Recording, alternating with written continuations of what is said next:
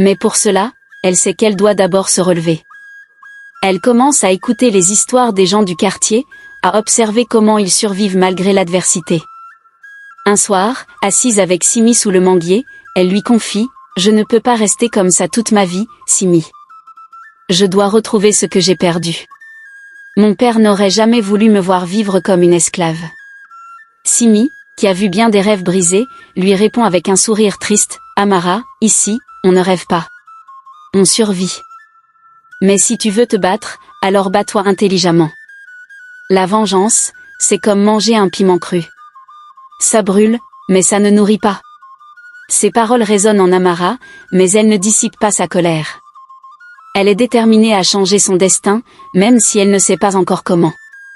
La chute d'Amara n'est pas seulement physique ou matérielle, elle est aussi émotionnelle et psychologique. Elle doit non seulement apprendre à survivre dans un monde qu'elle méprisait autrefois, mais aussi affronter ses propres démons intérieurs, sa fierté, sa colère, et son incapacité à accepter sa nouvelle réalité. Mais comme le dit un proverbe africain, c'est dans la boue que le lotus fleurit. Et Amara, bien qu'elle ne le sache pas encore, commence à poser les premières pierres de sa renaissance. Sa chute, aussi douloureuse soit-elle, est le début d'une transformation qui la rendra plus forte, plus sage, et plus humaine. Dites-nous en commentaire de quel pays vous nous suivez. Amara, désormais habituée à sa vie de quartier, commence à attirer les regards non pour sa beauté, bien qu'elle soit indéniable, mais pour son air mélancolique, presque royal.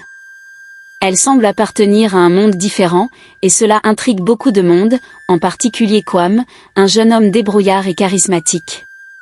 Kwam n'est pas comme les autres hommes du quartier.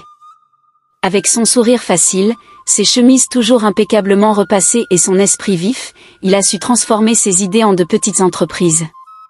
Il gère un kiosque où il vend des gadgets électroniques et propose des services de réparation. Malgré son succès modeste, il est connu pour son altruisme, toujours prêt à aider quelqu'un en panne ou à offrir un conseil. Un jour, alors qu'Amara rentre du marché avec un panier plus lourd qu'un sac de ciment, elle trébuche et laisse tomber ses provisions. C'est Kwam qui se précipite pour l'aider. « Tu sais, porter un panier, c'est tout un art, dit-il avec un sourire en ramassant des oranges roulées dans la poussière. » Amara, d'abord méfiante, elle n'a pas oublié que beaucoup dans ce quartier aiment les commérages, le remercie timidement.